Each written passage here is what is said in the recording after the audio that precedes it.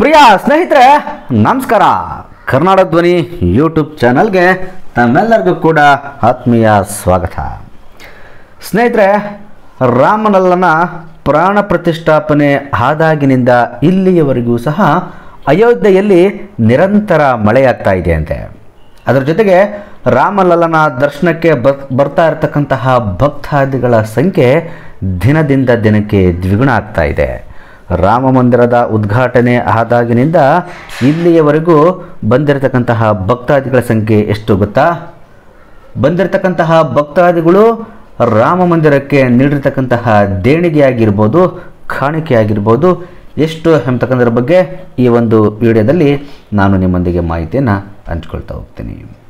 ಸ್ನೇಹಿತರೆ, ರಾಮ ಮಂದಿರದ ಅಲ್ಲಿ ಆಯೋಜನೆ ಮಾಡಿರ್ತಕ್ಕಂತಹ 11 ಬ್ಯಾಂಕ್ ಸಿಬ್ಬಂದಿ ಮತ್ತು 3 ಜನ ಆ ದೇವಸ್ಥಾನ ಟ್ರಸ್ಟ್ನ ವ್ಯಕ್ತಿಗಳು ದೇಣಿಗೆಯ ಹಣವನ್ನು ಎಣಿಸಿ ಸುಸ್ತಾಗ್ತಾ ಇದ್ದಾರಂತೆ. 14 ಮಂದಿ ದಿನನಿತ್ಯ ಬಂದಿರತಕ್ಕಂತಹ ದೇಣಿಗೆಯ ಹಣವನ್ನು ಎಣಿಸಲಿಕ್ಕೆ ನಿಯೋಜನೆ ಮಾಡಿರ್ತಕ್ಕಂಥದ್ದು ಅಯೋಧ್ಯೆ ರಾಮ ಮಂದಿರದ ಟ್ರಸ್ಟ್.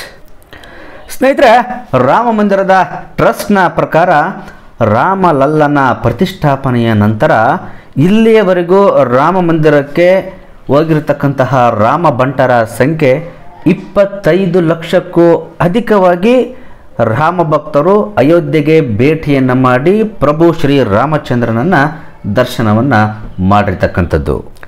ಹಾಗೆಯೇ ರಾಮ ಮಂದಿರದ ದರ್ಶನಕ್ಕೆ, ರಾಮನ ದರ್ಶನಕ್ಕೆ ಹೋಗಿರತಕ್ಕಂತಹ ಭಕ್ತಾದಿಗಳು ಕಾಣಿಕೆಯ ಡಬ್ಬದಲ್ಲಿ ಕೇವಲ 12 ದಿನಗಳಾಗಿದೆ ಅಷ್ಟೇ. 12-13 ದಿನಗಳಲ್ಲಿ ಆ ಕಾಣಿಕೆಯ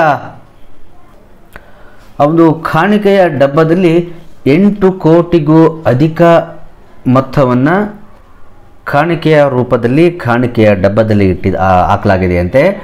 ಏನು, ಮಂದಿರದ ಹೊರಗಡೆ 4 ದೊಡ್ಡ ಕಾಣಿಕೆಯ ಟ್ರೆಜರಿಗಳನ್ನು ಇಟ್ಟಿದ್ದಾರೆ. ಅದನ್ನು ದಿನದಲ್ಲಿ 2 ಬಾರಿ ಆ ಟ್ರೆಜರಿಯನ್ನು ಅಲ್ಲಿರ್ತಕ್ಕಂತಹ ಕಾಣಿಕೆಯ ಹಣವನ್ನು ತೆಗೆದುಬಿಟ್ಟು ಮತ್ತೆ ಖಾಲಿ ಟ್ರೆಜರಿಯನ್ನು ಇಡ್ತಾ ಇದ್ದಾರಂತೆ. ಹಾಗೆಯೇ ಬಹಿರಂಗವಾಗಿ ದೇವಸ್ಥಾನಕ್ಕೆ ಬಂದಿರತಕ್ಕಂಥವರು ಆನ್ಲೈನ್ನ ಮೂಲಕ ಮತ್ತು ಅಲ್ಲಿರ್ತಕ್ಕಂತಹ ಗಣಕೀಕೃತ ಕೌಂಟರ್ಗಳ ಮೂಲಕ 3.5 ಕೋಟಿಗೂ ಅಧಿಕವಾಗಿರತಕ್ಕಂತಹ ದೇಣಿಗೆಯನ್ನು ಆನ್ಲೈನ್ನಲ್ಲಿ ಮತ್ತು ಗಣಕೀಕೃತ ಕೌಂಟರ್ಗಳಲ್ಲಿ ರಾಮ ಭಕ್ತರು ದೇವಸ್ಥಾನದ ಅಭಿವೃದ್ಧಿಗೆ ಕೊಟ್ಟಿರ್ತಕ್ಕಂಥದ್ದು.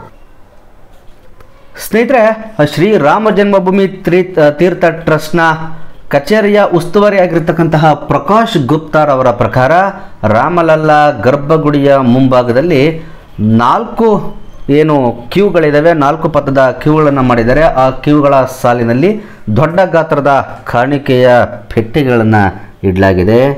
ಅದರಲ್ಲಿ ದೇವಾಲಯಕ್ಕೆ ಬರ್ತಾ ಇರತಕ್ಕಂತಹ ರಾಮ ಭಕ್ತರುಗಳು ಕಾಣಿಕೆಯನ್ನು ನೀಡ್ತಾ ಇದ್ದಾರೆ. ಜೊತೆಗೆ ಇದಲ್ಲದೆ 10 ಗಣಕೀಕೃತ ಕೌಂಟರ್ಗಳಲ್ಲಿಯೂ ಸಹ ರಾಮ ಭಕ್ತರು ದೇಣಿಗೆಯನ್ನು ನೀಡ್ತಾ ಇರೋದ್ರಿಂದ ರಾಮ ಭಕ್ತರ ದೇಣಿಗೆಯಿಂದ ಕಾಣಿಕೆ ಪೆಟ್ಟಿಗೆಗಳು ಬೇಗನೆ ತುಂಬ್ತಾ ಇದೆ. ಅದನ್ನು ದಿನಕ್ಕೆ 2 ಬಾರಿ ಆದರೂ ಖಾಲಿ ಮಾಡಬೇಕಾಗುತ್ತೆ. ಅಷ್ಟು ರಾಮ ಮಂದಿರಕ್ಕೆ ದೇಣಿಗೆಯ ರೂಪದಲ್ಲಿ ಹಣದ ಮಳೆ ಸುರಿತಾ ಇದೆ ಅಂತಕ್ಕಂತಹ ಮಾಹಿತಿಯನ್ನು ಅವರು ಹಂಚ್ಕೊಂಡಿರ್ತಕ್ಕಂಥದ್ದು.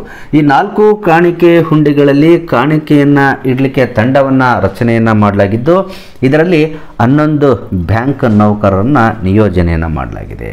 ಹಾಗೆಯೇ ದೇವಸ್ಥಾನದ ಟ್ರಸ್ಟ್ನ ವತಿಯಿಂದ 3 ಜನ ನೌಕರರನ್ನು ನಿಯೋಜನೆಯನ್ನು ಮಾಡಿ ಎಲ್ಲ ವಿವಿಧ ಕೌಂಟರ್ಗಳಲ್ಲಿ ದೇಣಿಗೆಯ ಪಟ್ಟಿಗಳಲ್ಲಿ ಇವರುಗಳೆಲ್ಲರೂ ಕೂಡ ನಿಗಾನ ಇಡ್ತಾ ಇದ್ದಾರೆ. ಎಲ್ಲ ಬ್ಯಾಂಕ್ ಉದ್ಯೋಗಿಗಳು ಸಹ ದೇಣಿಗೆಯ ಹಣವನ್ನು ಎಣಿಸ್ತಾರೆ. ಹಾಗೆ ದೇಣಿಗೆಯ ಹಣವನ್ನು ಪ್ರತಿದಿನ ಎಣಿಕೆ ಮಾಡುವುದರ ಜೊತೆಗೆ ಪ್ರತಿದಿನ ಸಂಜೆ ರಾಮ ಮಂದಿರದ ಟ್ರಸ್ಟ್ ಕಚೇರಿಯಲ್ಲಿ ಜಮವನ್ನು ಮಾಡ್ತಾರೆ. ಈ ಒಂದು ಸಂಪೂರ್ಣ ಪ್ರಕ್ರಿಯೆ ಏನಿದೆ, ಈ ಎಲ್ಲ ಸಂಪೂರ್ಣ ಪ್ರಕ್ರಿಯೆ CCTVಯ ಕಣ್ಗಾವಲಿನಲ್ಲಿ ನಡೆಯುತ್ತೆ. ಏನಿಲ್ಲ ಅಂದರೂ ಪ್ರತಿದಿನ 2 ಲಕ್ಷಕ್ಕೂ ಅಧಿಕ ಜನ ರಾಮ ಭಕ್ತರು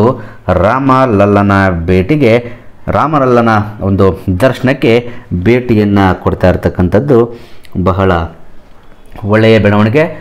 ಯಾರ್ಯಾರು ಇನ್ನೂ ಅಯೋಧ್ಯೆಗೆ ಹೋಗಿಲ್ಲ, ಯಾರು ಹೋಗಬೇಕು ಅಂತ ಇದ್ದೀರಿ, ಎಲ್ಲರನ್ನೂ ಕೂಡ ಪ್ರಭು ಶ್ರೀರಾಮಚಂದ್ರ ಅಯೋಧ್ಯೆಗೆ ಕರೆಸ್ಕೊಂಡ್ಲಿ.